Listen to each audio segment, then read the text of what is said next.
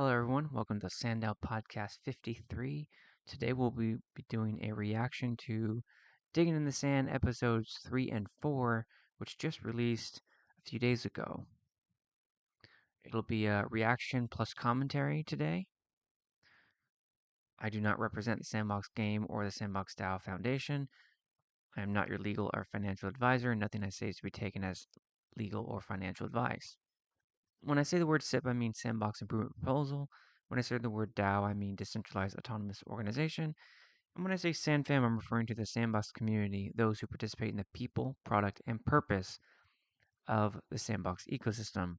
That ecosystem, that ecosystem I explained in SandDAO episode 31, everywhere from game makers to the Sandbox team, from the game client to the DAO to the white paper, and all of the things that Sebastian, Arthur, and Yat discuss, all that coming together to form the ecosystem. And today's episode is squarely centered on the episodes that the Sandbox team, specifically in the DAO, put out, which was Digging in the Sand episodes 3 and 4. Scoreboard, there are still 2 SIPs open for voting, 6, 16, and 17. Please go vote. They did make quorum. Awesome. Thank you. And I'll be doing a read-through and or an interview with SIP 17 author if we can schedule a time. And then SIP 19, which is going to be the SandDAO podcast, the one you're listening to right now. And the as yet unnamed SIP, probably SIP 18, is going to be called Team Selection for User Generated Platform Development, where we get to choose between the 2 proposers for the RFP. We're still at 9 SIPs approved, 6 SIPs not approved. And all of them were not approved because of quorum. So pretty exciting to hear quorum is working with the delegate system. So we're still at 15.5 million budget, although we're due to get a new 15.5 million budget in January, having spent 15% of that, or 2.3 million sand. DAObase.ai, we're still at 211,000 token holders, 2,200 voters, having casted 9,200 votes. My name is Lanzer. I am the podcast host for SandDAO, also president of the MetaWorlds group, where we have published 2 experiences, Floor Droppers and Lava Defense. Floor Droppers is currently in Alpha Season 4, and we are also SIP authors and DAO participants. This all began May 28th, when the Sandbox DAO was released via Medium article and also announced at NFC Lisbon. From there, we got a number of SIPs to vote on, number of town halls, AMAs, all culminating in October 14th when the new communications manager, Kunta, was announced. He immediately set to increasing the transparency and repairing relationships, starting with the Digging in the Sand podcast episode a month later, November 17th. I covered that, episode 50. And I covered the communications manager, his announcement, episode 32. Then came the second Digging in the Sand podcast episode, which was about progressive decentralization. I covered that in episode 52. And today's episode is December 17th and 20th, which was the third and fourth episodes. Third episode being about the official delegates and their introductions, and the fourth being a continuation of community concerns being discussed. This is the Digging in the Sand podcast, official Sandbox DAO podcast with Kunta. If you are not subscribed, please go do that. He is really doing the sort of stuff that a lot of the community is very happy with, and we're very, very excited to have him. So some context that I'd explained on episode 30, or episode 50, was the DAO Medium article. You can look at episode 33 for that. Birth of the Sandbox DAO, which I cover. Is it a conspiracy? Probably not. And go through all of the, was it transparent? Was it excessive? Was it urgent? That was episode 31. And then episode 32 was the reaction to Kunta's bringing on the Sandbox DAO team. And then the new SIP submission guidelines was episode 35. and Digging in the Sand episode 1 reaction was episode 50, and then Digging in the Sand episode 2 reaction was SANDDAO episode 52. So today is on December 19th, episode 3, and December 20th, episode 4. Today is December 21st, so just a day later. So let's start with episode 3. It was a very short, brief introduction to all the delegates. So here on SandDAO podcast, we introduced and interviewed 10 of the 12 delegates, and we did it in long form. So most of them were an hour long, some of them were by text, so it was closer to half an hour. But we interviewed most of them, and we asked them questions like, what's your background? What's your SandFam history? How do you vote? What SIPs do you support? What SIPs do you not support? And do you have any special agreements with the Sandbox DAO that would cause you to vote a certain way? Turns out none of them do. And this is pretty much a hands-free delegation of 2 million voting power to each delegate, and they get to vote how they see fit in accordance with the code of conduct that they've agreed to abide by. So that was episode 3. I won't go into it too much because some of it is a very shorthand version, like 2 to 3 minutes per delegate. But the thing I wanted to touch on here was that they gave 3 shout outs to SandDAO Podcast, and I just want to go through them here pretty quick. It won't take very long. And yeah, spoiler alert is I was just blown away. I was blown away that they mentioned SandDAO Podcast. But here are the references in episode 3 where they just go through each delegate. Each one gets about a minute, 2 minute pre-recorded video shown about what they want to accomplish. So here's the first mention in the very beginning with context. So today, you're going to meet some of those verified delegates that I mentioned. These are the SandFam that our DAO admin team has vetted. They all have at least 2 million votes as their VP. So you can find these delegates, like I said, sandboxdao.com/delegation. The best ways to learn more about them is on their socials, is on the DAO forums, which is forum.sandboxdao.com. Or Lanzer has dropped a podcast interviewing all of them in depth. So maybe you'll watch this video and you'll narrow it down to 2 or 3 people, and you'll go watch those longer videos from Lanzer. So that was the first one. And the second one, Secret Meow, during his brief introduction, mentioned SandDAO as well. For SIPs, it is really simple. My main goal is to support proposals that improve tools and enhance the player experience. I am less supportive of SIPs that do not help the platform grow or that are not a priority at the moment. So, if you want to know more about me, do check out the interview with Lanzer. And if you want to... And the third one, Kunta mentioned SandDAO podcast again at the end of the video. One of the best ways to learn more about them is probably on their socials. Another is in the DAO forums, forum.sandboxdao.com, or on Lanzer's podcast. Like I mentioned earlier, he did an hour-long deep dive with each of the delegates. So, to say I'm blown away is an understatement. The relationship between myself and the DAO admin team wasn't always positive and spectacular.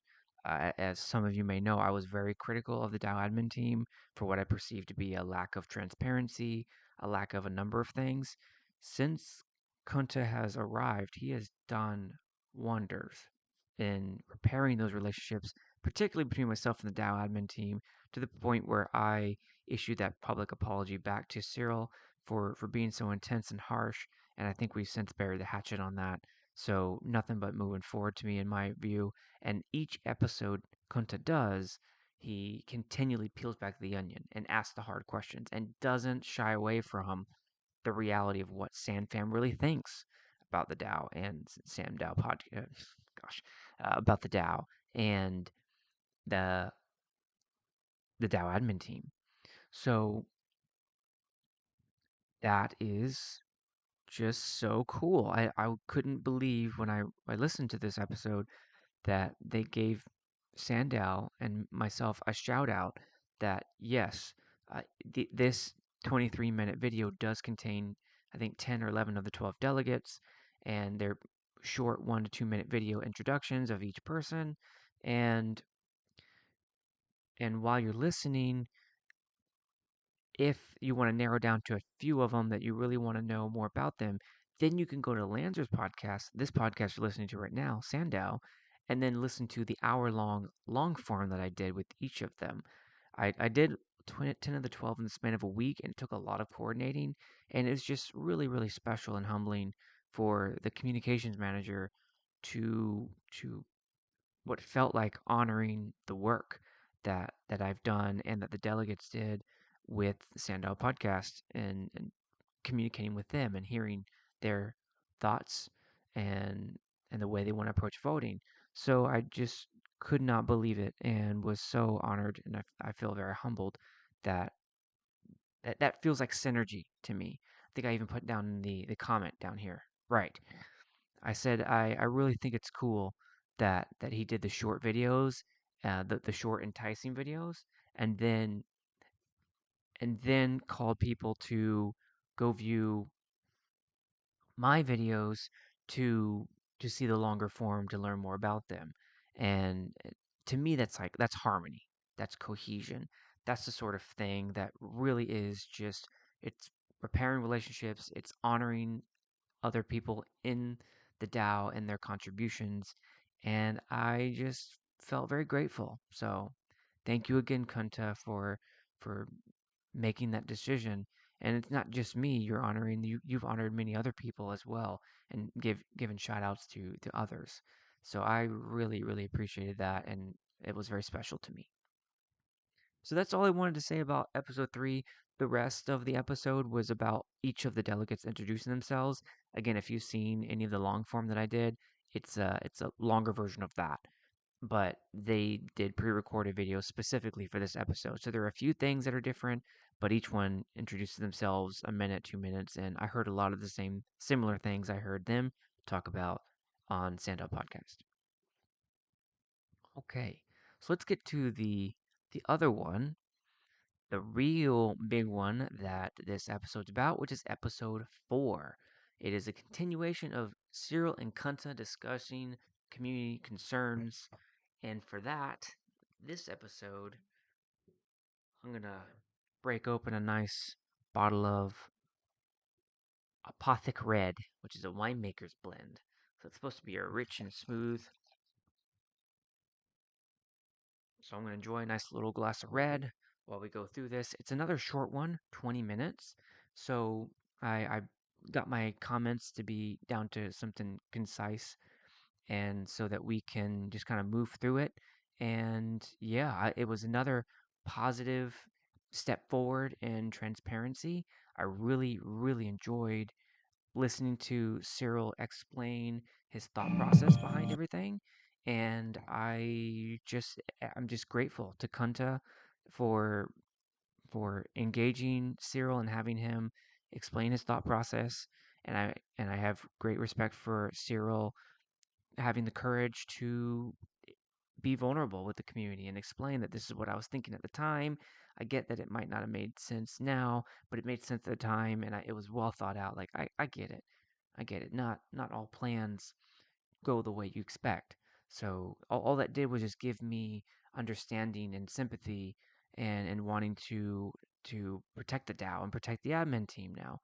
Um, not from the community, but just because I understand where they're coming from, and they're humans, they're people just like us. So it's 27 minutes. I'm gonna put it on 1.5, and we're gonna step through this. It's an awesome episode. If you want to listen to it at length, just uninterrupted, I recommend you go to the Sandbox DAO YouTube channel and listen to it there. All right, SandFam, what's up? We're going to jump right into the fun as usual with some ho-ho-hos and some Merry Christmas fun. Cue the pixelated elves. I've got Cyril with me again, and today we're going to just do some updates, reminders, and the last few community concerns we're going to address with you guys, just kind of like carrying on from episodes 1 and 2 as we move forward into the holiday season here with episode 4 of the Diggin in the Sand podcast. We're digging every week and we're going to keep it up for y'all. So I think it's awesome that you're digging every week. And just keep going, Kunta. Keep going. with that, some of our last episode, this is probably our last episode for 2024 together. So, yeah. Right, with that note, I mean, it's probably a good time to give you guys some updates on what we've been up to, some reminders of other things that are ongoing. So I got a couple of bullets of things we want to mention to you guys, maybe some successes, some challenges we've come across over the last, what has it been, since May? Yeah, May the 20th was right? the opening. And we're recording right now on December 12th. So it's been a long year and we've done a lot. Let's see. I mean, we'll start at the top. We've got 12K on Snapshot now. So there's 12,000 people with voting potential. The goal was what? The goal was 1,000. It was 1,000 on Snapshot, 1,000 on Twitter, and 1,000 on the forum. Awesome. And Twitter is up to 2,300 followers. So more than twice the goal. I'm not quite sure what the difference is there because I need to investigate that a little further because I track how many people are in the DAO, and per DAObase.ai, there's 211,000 token holders and 2,200 voters. So I'm not really sure exactly where they're getting the 12,000. I'm gonna have to try and figure that part out and understand what the difference is. Maybe that's the number of token holders when they do the snapshot for the vote. Unsure. But the fact that 1,000 was the goal, man, they blew that out of the water almost instantly. And especially how Cyril and the DAO admin team connected with Alpha Season 4, they really beefed up those numbers when they made it part of the reward system where you got, like, I think 100 experience points toward Alpha Season 4 when you joined the DAO. So, brilliant move, and it really increased our participation. All organic, so that's the way we want to keep it. 800 on the forum, so a little bit shy of the goal there. Yeah. We want to get more people participating in the communication. And you can already tell how many more people are participating in communications. I'm on the forum constantly, and my recommendation, if you're wondering how I'm on the forums all the time, I have an app called Discourse. So the Discourse actually has an app you can connect to the Sandbox DAO forums. So I recommend you do that if you want to stay more engaged. That's how I do it. That's really one of the challenges, the community concerns that would be addressed today too, is just low participation. But just some other goals that were met where delegations in place now. That's awesome, right? So we should be reaching quorum. The next vote. That is so awesome. Vote goes. Let's see, we've just opened yesterday. Yesterday we just opened some votes. So they'll be open for 2 weeks on the 2 SIPs that are out there now. So we're on our way towards reaching quorum pretty effectively with this batch. Hopefully that'll be the case. So if anybody's interested more in delegation, it's sandboxdao.com/delegation, where you can find our 12 verified delegates. And there's a video here on YouTube, 6-minute quick video on how you can delegate your voting power. That's an excellent segue to the quick reminder for anybody listening. If you hold sand, you hold land, you're already a member of the DAO. So you can leverage that VP yourself, or you could delegate your voting power to one of our verified delegates without handing over any of your assets. Or just I like the way Kunter explains that. If you're holding land, if you're holding sand, you're already a DAO member.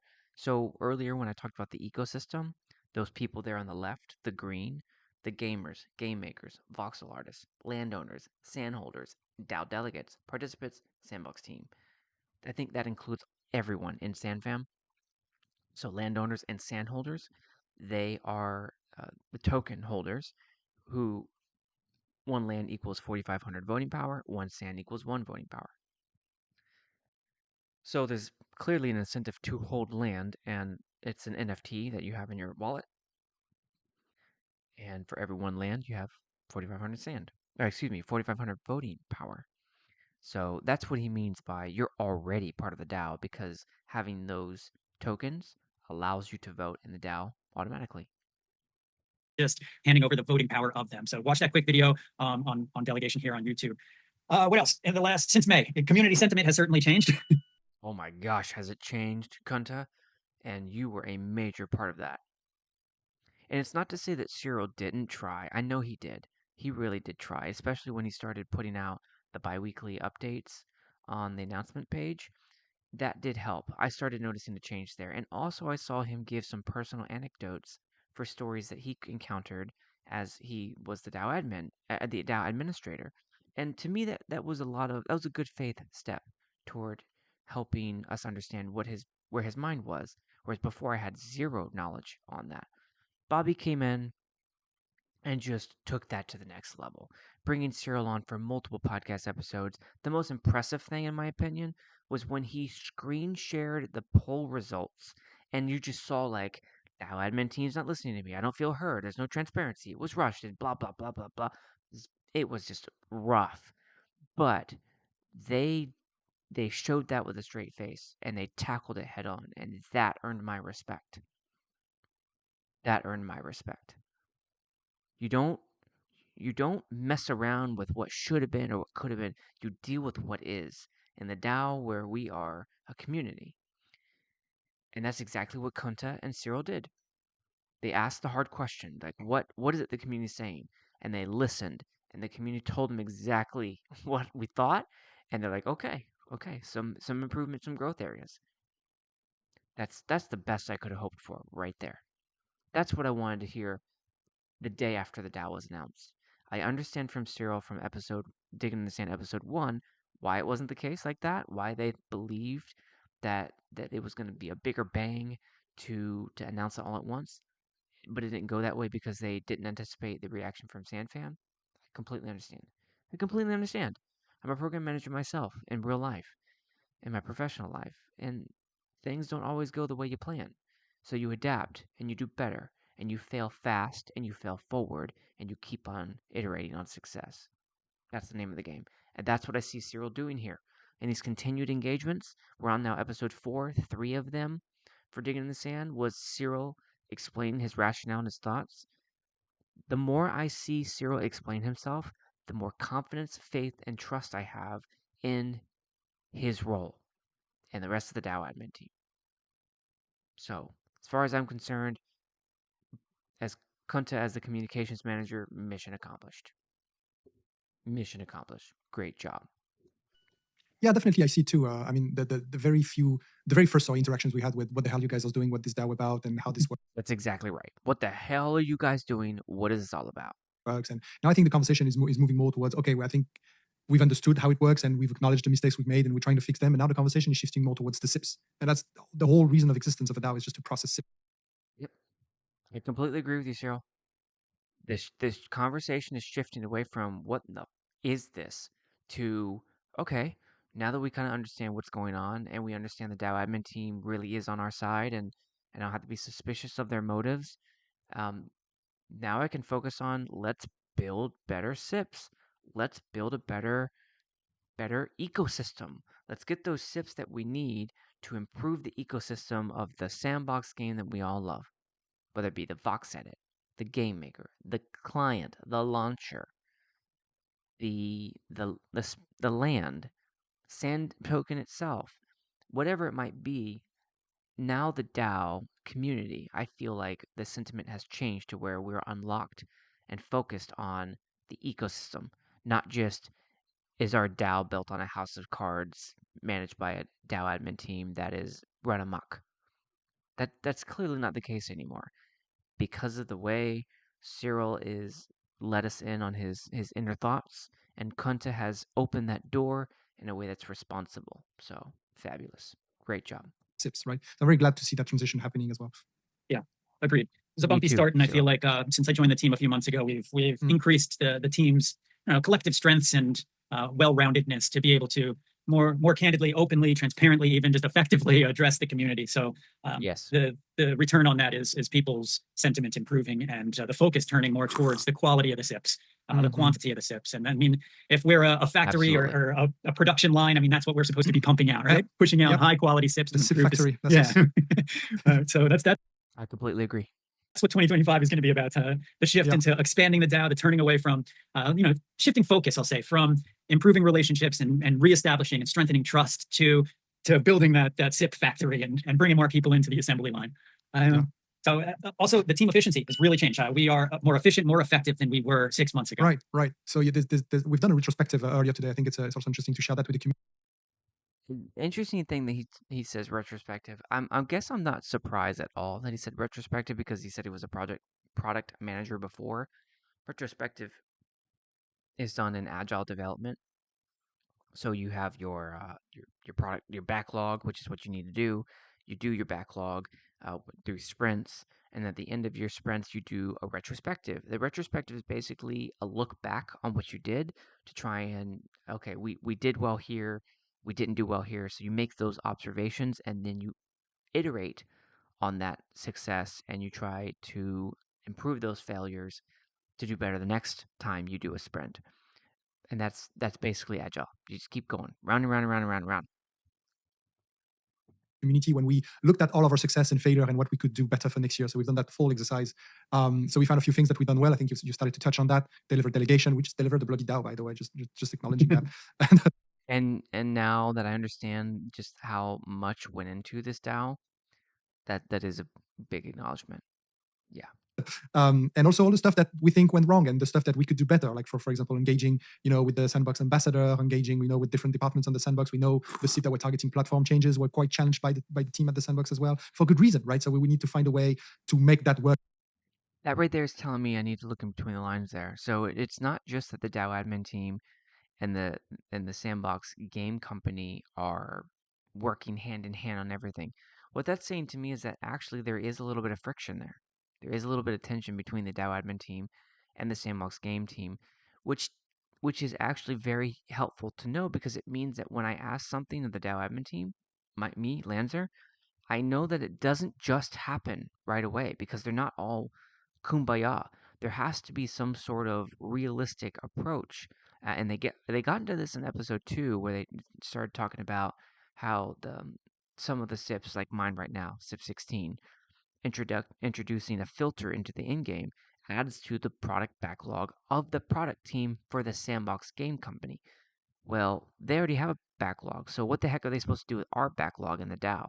And navigating that tells me that, okay, I need to equip the DAO admin team as much as possible so that they have the firepower, the ammunition, the rationale they need to find a compromise or an accommodation or an arrangement with the product team at the Sandbox DAO Game Company to do the thing that the DAO sipped into existence with a yes vote. That also tells me that maybe I need to make sure my expectations are realistic and that not everything is going to go the way we thought after a SIP is yes voted. Because the product team gets a vote too, the one who has to do this stuff.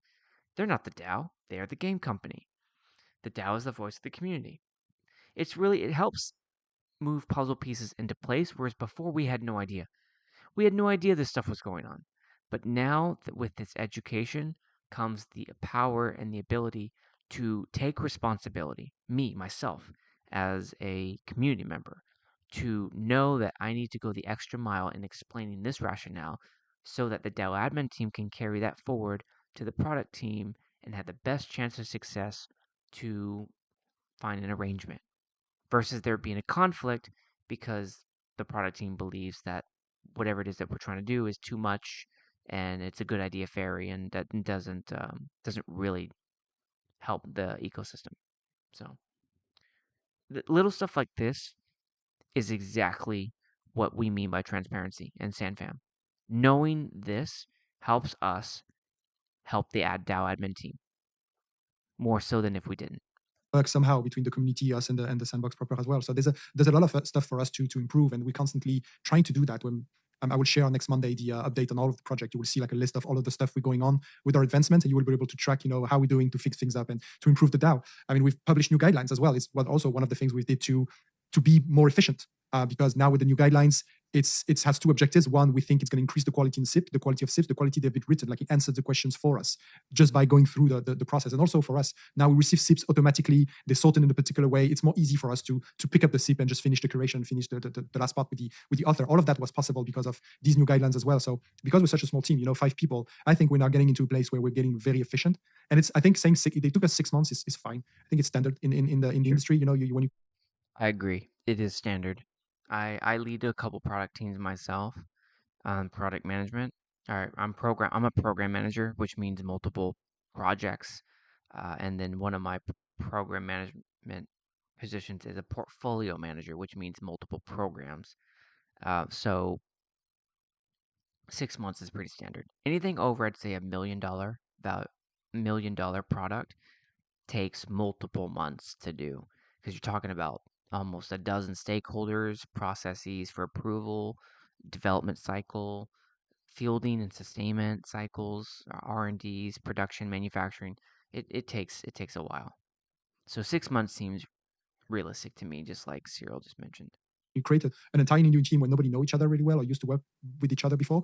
It takes 6 months to really get into a place when we are transforming ourselves into a machine where we just go, go, go, go. And I think I'm proud of what we achieved together, frankly. So I agree. I am too.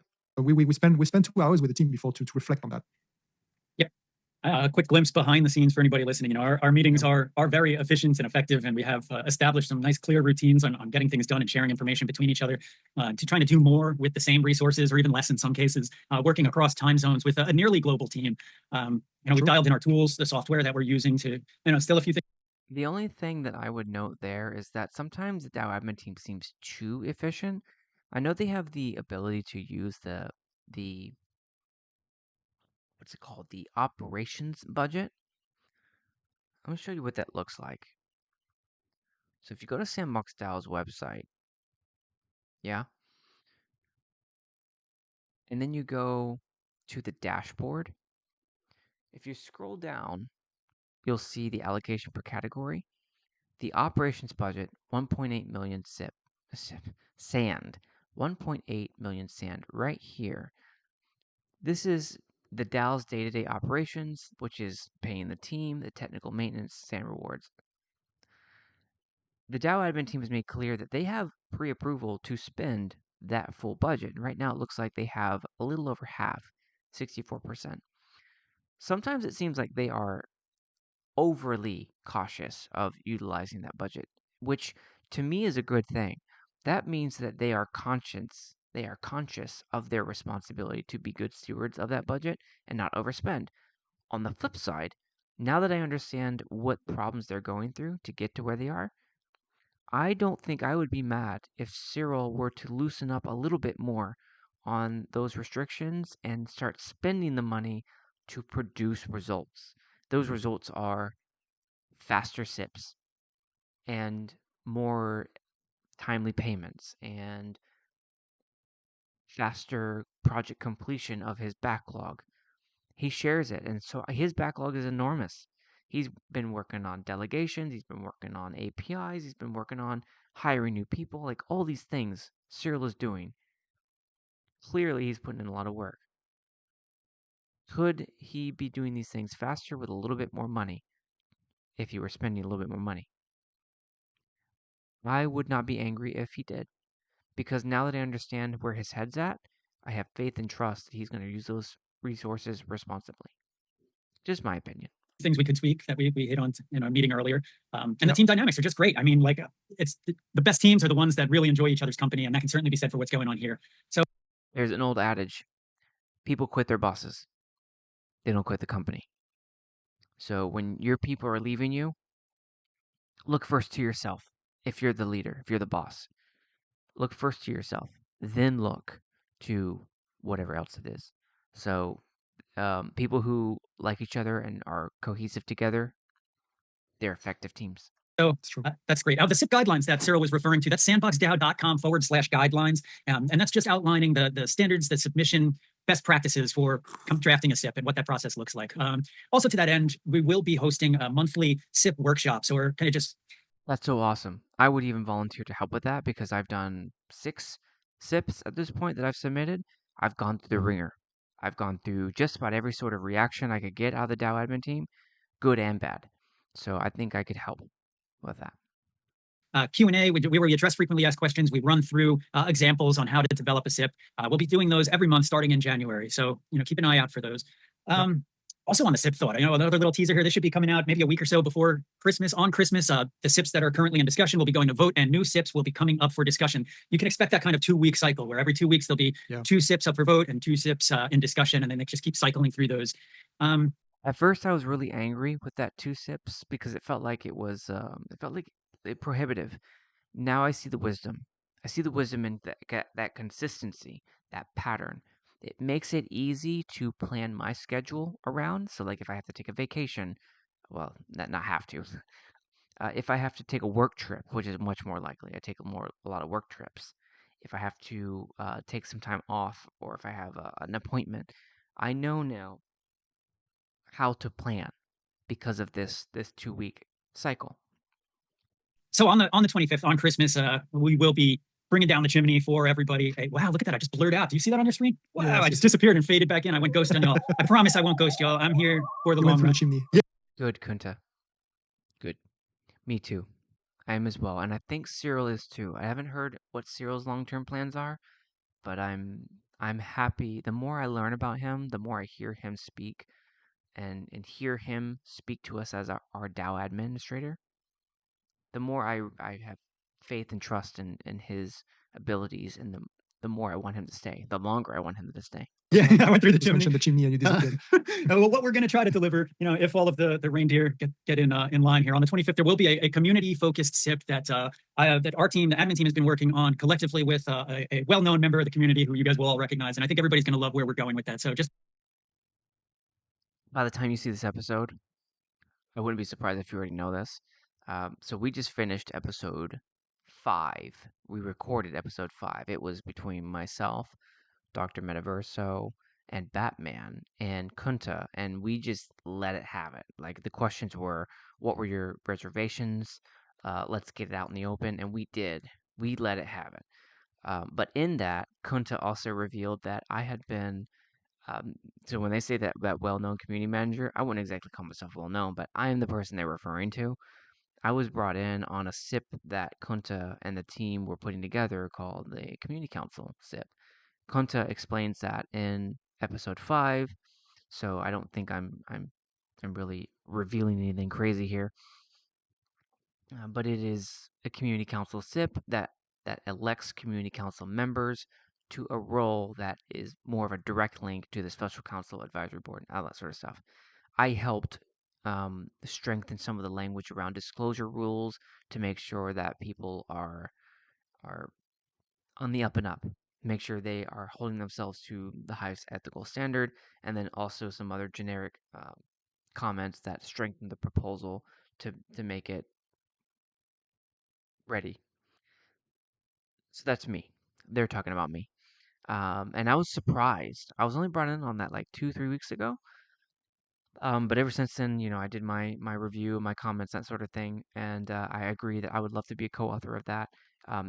It to me represents the step forward we need to bring in community members to link to leadership in the DAO, and this is the way we do that. So I'm super excited. I'm so excited for that. I will be I will be I will be seeking a role in that on that council, but I didn't really have much more time than anyone else did, and I certainly beyond my involvement here on the podcast, um, I don't feel any more qualified than anyone else. So I would just love for that SIP to go through so that we can improve our community involvement in the DAO. But yeah, they're talking about me. I'm the person that helped them with this. But they brought me in about 2-3 weeks ago, as of the date of December 21st. just a little teaser. We're listening. Very excited about this one for sure, because I think it's the first time. Is either we got 2 types of SIP or 3 types. The SIP that were entirely done by the community, couple of SIPs we done ourselves, like the constitutional one, etc., and the SIP that were done by the Sandbox. Mm-hmm. That's actually the first time we have a SIP that is done in collaboration between the admin team and the community with this famous community member. And I just I felt so humbled right there where Cyril said famous community member. The only reason I'm famous is because I'm involved. I'm talking and replying to everything. And that's not because I feel special. It's just because I'm excited to be in the DAO. I'm excited to be participating. I'm excited to be here to contribute. And so to think people think of me as famous, I don't know. It makes me feel guilty. But in the end, I'm humbled that they thought to include me and ask me for my review, because my relationship with the DAO admin team wasn't always positive. I mentioned at the beginning of the episode that sometimes it was a little bit strained, combative, where I did not appreciate some of the comments they gave me in my SIP. It felt like too intrusive. It felt too excessive. And so eventually we worked it out. We are working it out now. But here I can, now that I understand, like that mutual respect, I feel their respect, and my respect extends to Cyril and Kunta as well. And I'm very excited about that because I think going hand in hand show how far we've come in our interaction with the community and the way we now are able to work and collaborate together. So I'm very excited about this one. I hope this will be well received by the community and supported, and I hope people will get excited and pay attention. Yeah, I agree. Yep. Great. You're right. It definitely speaks to the successes of things, and to how we're going to be more effective in the future.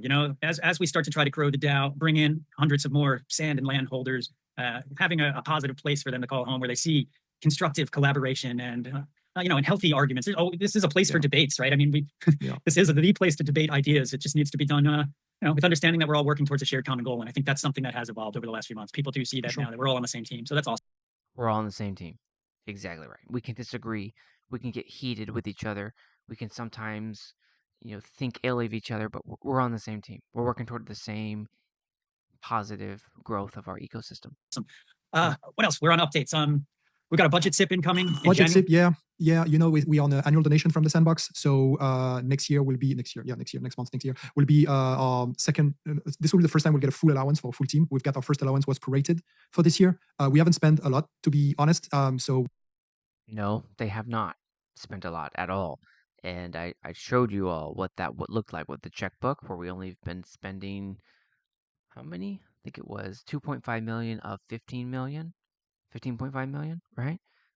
So we spent 15% of our budget so far. That's what he's referring to when we haven't spent a lot. We, again, hoping to do better, but we are counting on the community to make proposals and we'll do our best to process those proposals as fast as we can. But that being said, there will be a SIP that is basically accepting the money that the Sandbox is going to give us with a different budget structure. Not to tease too much, but I think one of the things I really like the way Cyril is talking. I keep saying this. Cyril sounds like my DAO administrator, excuse me. He sounds like the DAO administrator, speaking to me, a community manager, speaking to you, a community manager. He sounds like a real person. He doesn't sound like he's on a publicity tour. He doesn't sound like he's trying to convince anyone of anything. He's just speaking about what he's been doing, what his rationale is, what his thoughts are. And that's what's real about this. That's what's really going to build that trust and faith. We've discussed in a retrospective as well as some stuff has been working behind the scenes is I don't think the way our budget is structured, the 9 buckets you see on the website, I don't think they're optimal in provoking a diversity of SIPs. We could have different category that are more obvious to people. And my objective with this new category is simplification and also getting more diversity in the type of SIPs we're going to receive. So I'm working on that behind the scenes, something that, you're learning from what happened with our existing category and trying to do better. And maybe in 2026, I do something even different. But, that's a proposal that will be put forward to the community, debated, discussed, and voted upon. I'm really looking forward to the feedback of the community on this one too. We will pay attention, and if it has to be adjusted, we'll adjust it accordingly. What he is referring to there is my when they did the new SIP guidelines, and I spoke about this in the very beginning on the Road to the DAO. Let's look here, where they talked about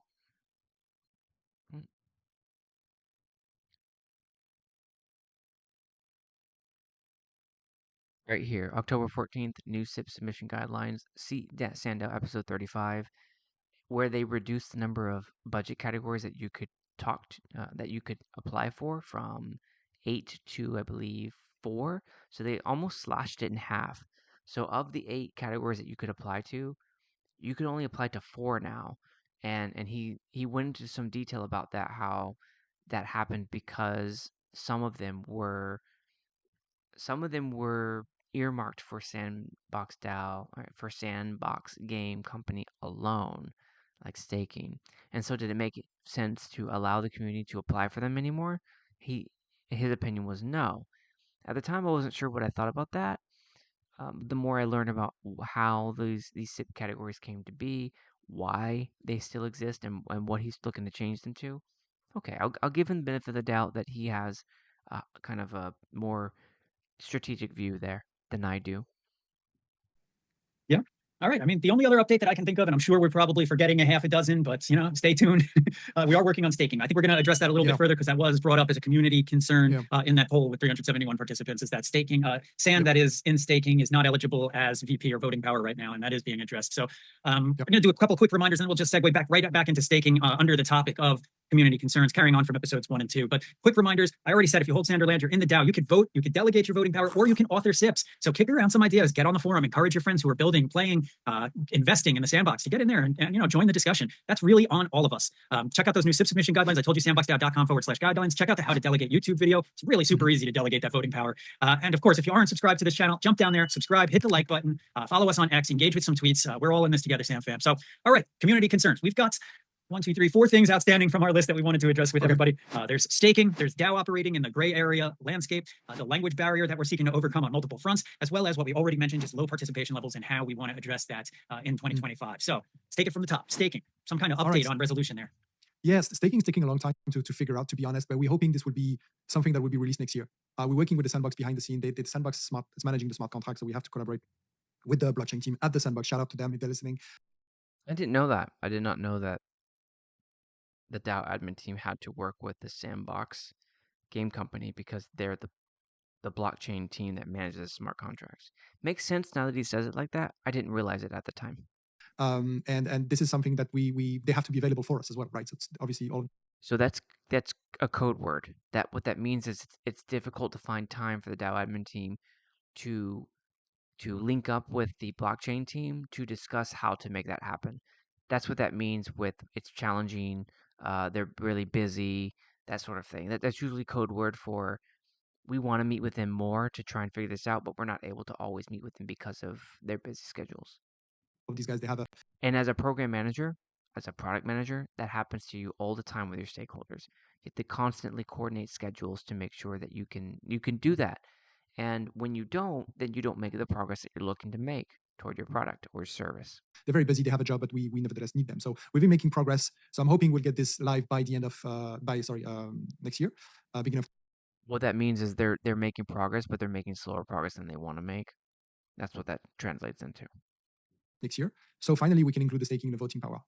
How it's going to be calculated, though, will be part of the SIP. How staking is valued will be part of the SIP, but I'm looking to value 2 things: the amount of sand being staked and the duration of these sand. So we're looking for clever mechanism that we believe are as fair as possible to reward the people that are with the sandbox on the long run, right? So that's why it's also a bit more complex, not just including a smart contract in the snapshot framework. It's a bit more trying to do this right. So that's why it's taking a bit longer, but hang in there, and that's something we would be very proud of. After delegation, this will be our second significant project that will be delivered. Listening to community's feedback. I laugh there because you say it's harder than it seems, because like my first thought was like, man, isn't everything like right? like whenever we try to allocate some time to do something, like everything takes twice as long as you think it's going to. That's probably why a lot of products teams never put dates on things, right? Probably. If you look at it from the top, from the high vantage point, it looks. That is true. That is one of the reasons why you don't put dates on your. But when you're held to a community standard like this, you've got to bite the bullet and go do it. Yes, you're going to disappoint some people by not being able to meet all of your objectives. However, it's more important that you say, this is the aim, this is the target we shot for, we missed it, here's our new target, than not communicate that target at all. That's the worst possible case. It's easy, but as soon as you get into the detail, okay. Yeah, that's what they say. Fine. The devil is in the details, right? Yeah. Correct. All right, so we're going to move on from staking. Ask any questions you guys want in the forum. That's the place. You can tag me in there, to MC. Right. So I think we should start a thread at some point about staking. It'd be good to get the community's sentiment or ideas or whatever on the matter. I think there will be a thread anyway, because it's part of the process. Every time there's a new SIP, there's a thread associated to it. But now that we've mentioned that we're working on it multiple times, I mean, if people want to. And they did start the thread, so check out staking. Just put in the keyword staking in the forums, you'll find it. I just submitted a post earlier today about a formula I thought up about it. But if you have thoughts on it, go ahead and put that in there. And we'll help the DAO admin team think through this. Start a discussion around staking. We will be happy to jump in there with you guys. Yeah, that's great. I made a note. I'm going to open that staking thread and see if we can get that conversation started, because that's anything that we're doing is in as many ways as possible reflective of what it is that the broader community desires. So I mean, those conversations are so important. Otherwise, we're kind of just shooting in the dark. Yep. So all right, I'm going to move on. DAO operating in the gray area landscape. So some of this was addressed in episode 2 where we connected, so people can jump back onto that past podcast Tell me more, though. Yeah, well, so the DAO is operating under a foundation, which is Cayman-based, as described in SIP2, and it comes with a series of guidelines that we have to follow. And it's not that easy to navigate that space. It's not like this. This is not like a corporation. This is not like a foundation exactly in the international sense of the term. It's a Swiss foundation. Sorry, not a Swiss foundation, a Cayman foundation, and that comes with its load of guidelines, and that's why the lawyers of the DAO are helping us navigate. You're gonna do a podcast episode on this. About a week ago, I just finished reading through all the Cayman Islands business law, the Cayman Foundations law, a lot of different law for the Cayman Islands to understand what that means that Cyril just said. So I'm going to be doing an episode on that, kind of a deep dive into what it all means, break it down, and that way I can just for myself understand what it is that the DAO admin team is facing. There are a lot of guidelines they have to follow. Specifically, things like you have to be certified by a central board within the Cayman Islands. So, in order to do a lot of the stuff for a foundation that the Sandbox Foundation is, you have to have this license. And with this license comes all these different requirements and can't do business without it. It's a whole thing, but I'm going to explain it in a podcast episode coming up about the Sandbox DAO Foundation. But frankly, it's such a moving environment. Like we saw what happened with the Lido DAO. The problem that was with the Lido DAO is that it was not a wrap DAO. It was not covered by its foundation, something we have in our DAO. But because we have that, it comes with a certain baggage. Like we have to have a supervisor, a director, as it's all described in SIP2. So I think eventually you and I will probably reconnect, Bobby, as soon as I get more. I need to work on some materials to try to explain better what it means. Like I necessarily cannot do it like off the cuff right now. I would like to spend some time and structure my thoughts to really convey it in a more simplistic way. I'm doing the same thing. I originally expected to do this episode last week, but it was so enormous and complex that I have to also structure my thoughts. I'm having difficulty because of how big it is and how connected it is with this body of law meets that body of law, but then references this third body of law, which references the fourth body of law. There's all these different like interconnected links that I'm trying to organize in a way that's clearly understood. So I get where he's coming from. Your way, but eventually we touch base based on that. But I just wanted to say that sometimes if you're not satisfied with the way we answer questions, or if we're not necessarily answer them in the most direct way, it's because this is tricky to get answers and to get like black and white answers on all of that stuff, because this is a moving subject. This is an experiment. This is something that is constantly shifting. And with the election of Trump, we know there's a lot of stuff that happens in crypto as well. So it's going to have ripple effects on how crypto is perceived and looked at in the regulatory broader sense of the term. So there's also going to change. So we constantly pay attention to these things. Yep. But yeah, I'll come back with something at some point. I need a bit of Yes, time. we certainly will. And that's important context, that these are dynamic relationships that are constantly evolving, and also kind of sensitive topics that are related to the safety and security of DAO members. And Yeah, I'm gonna show you a little bit of what is that I'm referring to, so you can see what's coming up. All right, so right now this is just SandDAO Podcast X, but I've been stepping through this right here of reading through their body of law and going through. I'm just gonna flip through it, reading through what it is that's important for us to understand. The Companies Act, the Foundation's Companies Law, the Companies Management Act. What is a memorandum of association versus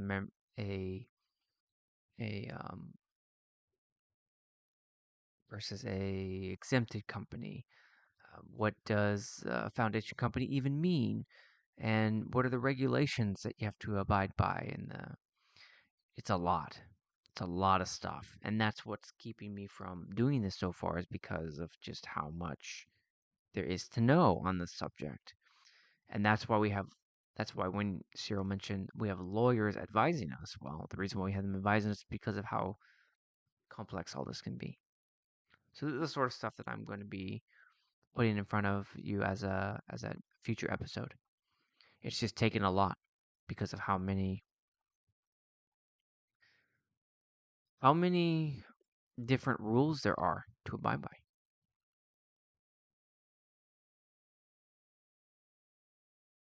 and the ongoing sustainability of the DAO. So that's going to be part of an important and broader conversation. And when we say early next year, I mean, that's only 2 weeks away. So, grateful for everybody's patience, but as we dial in exactly how to communicate about that in the most succinct and clear, transparent way, that'll be part of an important conversation in early January. Is just how the DAO is structured and how that is part of the the safety, security, and sustainability. It was really those three big S's, and how Right. and structure. The structure of the DAO Security and and its safety right. of its community, its member, and it's the foundation people, us as an admin team, and it's the community, is the three bodies basically that needs to be looked at.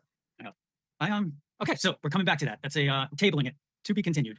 The language barrier is another ongoing community concern. And again, just a reminder, what Cyril and I are going through right now is a continuation of episodes 1 and 2, where we're addressing the community concerns that were raised in that poll with 371 participants. So language barrier. So we've got regionally distributed delegates basically across the globe. That was one active choice that was made to start addressing this before we even released that poll. Correct, right. We've paid attention to have a good representation of our community across the globe. So if you look at this, there's never more than 2 people that are part of the same continent or country, and we're trying to that was a conscious choice when we created the delegate, like when we interviewed them and we went through this whole process with them. This was an active choice to make sure we've got that representation, because we want to have everybody feeling represented. We want to have everybody that feels like they can make a sip. And if this is always the same cluster of people, trusting all of the conversation and everything, then you can exclude another portion of the population, and we don't want to exclude a portion of the population. And actually, what the poll showed us is like there's a huge portion of us of the community that is in Asia, and it's I don't think there's enough. I don't think the discussions on the forum are really representing the amount of the people that we have in those regions of the world. Yeah, I agree. And I think that's mostly because they're not able to speak their native language. So if you go into the Sandbox Game Discord and you scroll down, you'll see all of the country-specific languages. You'll see a lot of names there that you don't see elsewhere because they feel more comfortable. I think it's because they feel more comfortable speaking there than they do English elsewhere. So not surprisingly, true. So it's our job to try to find a way to reach that pool of people, that pool of talent. And so that's a challenge. That's something we're actively working on, starting with translation. The very first step was to translate the website in as many languages as we can. I think today we've got simplified and traditional Chinese, French, Turkish, Korean, Thai, I believe, and English, of course. So we're already translating the website across the board. That's awesome. In Japanese. I don't know how to translate conversation off the cuff on the forum. I don't think that's possible, but at least everybody should make an effort to speak in English. And then we rely on individual Google Translate or your preferred AI assistant. But I think we're trying to remove those barriers as much as we can. That's for sure. We are conscious of that, and we're actively working, at least on the website, on the stuff we can do. We do, but we're also relying on any ideas to do this better. Like, for example, having captions on these conversation, Bobby, is an important point. So these captions are easier to translate. Whatever. That's one thing I might do on my podcast if we get funded on the SANDDAO podcast SIP, is add captions because of how much easier it is to, I guess, to follow along, not just as an English speaker, but I can only imagine if you don't hear English very well and you see and you can read it, then you're able to follow along a lot better. It just seems like it's better all around. So I'm happy I think I might incorporate that. Whatever, we are looking forward to your ideas as well, to be as inclusive as we can of the community. Yeah, absolutely. Always open to community suggestions anywhere you want to give them. We're working on a process for AI interpretation and then human checks of those interpretations for things like SIPs. On the forum, like Cyril alluded to there, the standard across the globe is really to try and keep international communications in English, since it's kind of the global language. I recognize my own privilege when I say that. I'm very lucky. And I'm the typical American that can't speak any other language other than American. So whatever we could do to make that easier for people is going to be important. At the level of SIPs and at the level of the forum, the website is pretty robust already. But if there's other languages we want to add on there, you guys tell us. There is also a demographics poll that will be live by the time that this episode is released as well. So that's just asking important questions of our community: where you're from, what language do you speak, how you identify in other ways. So getting to know who it is, who makes up the DAO is going to be important, especially as we move on to this last bullet here. Low participation. This low participation might be a product, at least in some regard. Some percentage of the low participation is because people aren't seeing their native language, and it's hard to communicate on forums. Most of the people that are active are native English speakers. There are some delegates who are putting things in their language and then translating it to English right on the live post. You're all free to do that as well. But I want to take that's happening quite a bit, actually, where you can see some delegates who are speaking in their native tongue and then translating it in English in that post. I translate that in English into mine, and then I translate my response into their language. To me, that is how we're figuring out how to DAO with each other. How do you DAO with a native French speaker who doesn't feel comfortable speaking English? Should I demand they speak in English? I don't think so. I think that's what translators for. So we are trying to figure that out in real time right now within the SandFam community. take this opportunity as just a big call to action to all of our SandFam out there. Like if you're watching this, if you've listened this far into Cyril and I rambling about our successes and failures and community concerns, then jump up. These ramblings are important. These ramblings are how we organize our DAO. What sort of norms and what sort of culture do we create? Onto your socials, make a call to all of the SandFam, your friends who are investing, who are playing, who are building, and tell them that they're already a member of the DAO. Just get involved, jump on the forums, and participate. We're gonna have a lot of fun here next year. I'm gonna make a shift towards marketing next year. I mean, my focus has been internal largely for my entire time with the team. It's been focused on building and strengthening relationships internally with the people who are active. Now it's got to turn outwards a bit into marketing and into growth. So, any other thoughts on that, Cyril? No, I think yeah, looking forward for the participation on the SIPs that got released yesterday. I think it's the no, I don't think I know it's the first SIPs that got released since delegation, and I know it took us a while to get there, and that there was a lot of SIPs that got delayed because of it. But I'm paying a close attention to participation rate on Snapshot, and it's already looking good. But we're not there yet. We still have to reach this quorum. Looking at the delegates, but also and we reached quorum today. So SIP 16 and 17 reached quorum today, earlier this morning. We made it, and that is awesome. So we keep doing that, then quorum will be a thing of the past. Looking at the community at large, like right, guys, this has been a while that no SIPs have been put out for vote. So show your interest and go and cast your vote. Like, don't only count on the delegate. You also have a voice. So I'm looking at this stuff, and I don't think quorum is going to be a problem for those SIPs. And if it is, that would be a big L on us. But still paying attention, and I want these SIPs to succeed. Yeah. Whether it's a yes or a no, you know what I mean? I'm looking at purely. I agree. Whether it's a yes or no, I want them to make quorum. Participation rate. Quorum. Yeah. Yep. All right. I feel like that's about it. I mean, we hit our updates. We dropped some reminders. We addressed those last 4 topics. I'm always going to do my best to respect everybody's time out there. I know it's our most valuable resource, all of us, well beyond any of the tokens we're stacking. So go spend some time with your family this holiday. Enjoy the people who are giving you love. I'm one of them. Absolutely love all the SandFam out there. So keep coming back. We're going to keep digging in the sand. We're going to be here for you every week. We're always there on the forum just about every day. So you guys know where to find us, x.com/the Sandbox DAO. Forum.sandboxdao.com is where you can jump into those conversations. And that's it. Anything else? Have a nice holiday, everybody. See you soon. Happy Christmas. Keep digging. Keep digging. All right. That was good. I really enjoyed that. So much so that I was drinking a nice winemaker's blend of Apothic Red. So super happy, super excited to hear all of those things. And I am just keep going, please. Keep communicating the way you're thinking about how to run our DAO, the decisions you make. It's hugely helpful to understand that inner dialogue going on in the Sandbox DAO admin team. Okay, so we're finished with this episode for Sandbox Spaces. Please check Discord / hashtag DAO discussion. There's also the sandboxdao.com forums. Check out hashtag SandFam, hashtag the Sandbox DAO, hashtag the Sandbox Game. On YouTube, you have the Sandbox DAO at Lanzer YT, which is the podcast you're listening to right now, called SandDAO Podcast, and also at SandFam Cafe. On Mondays, you have Mochaverse Hall, which is Mondays. And you have on Saturdays, you have Bulls on the Block. Monday through Friday, you have Coffee with Captain. And Tuesdays is Whale Members. That's where SandFam will gather mostly. Thank you all for your time. Really appreciate you taking this time to hear my thoughts and my commentary on Digging in the Sand episodes 3 and 4 and the continued transparency I see from Kunta and Cyril.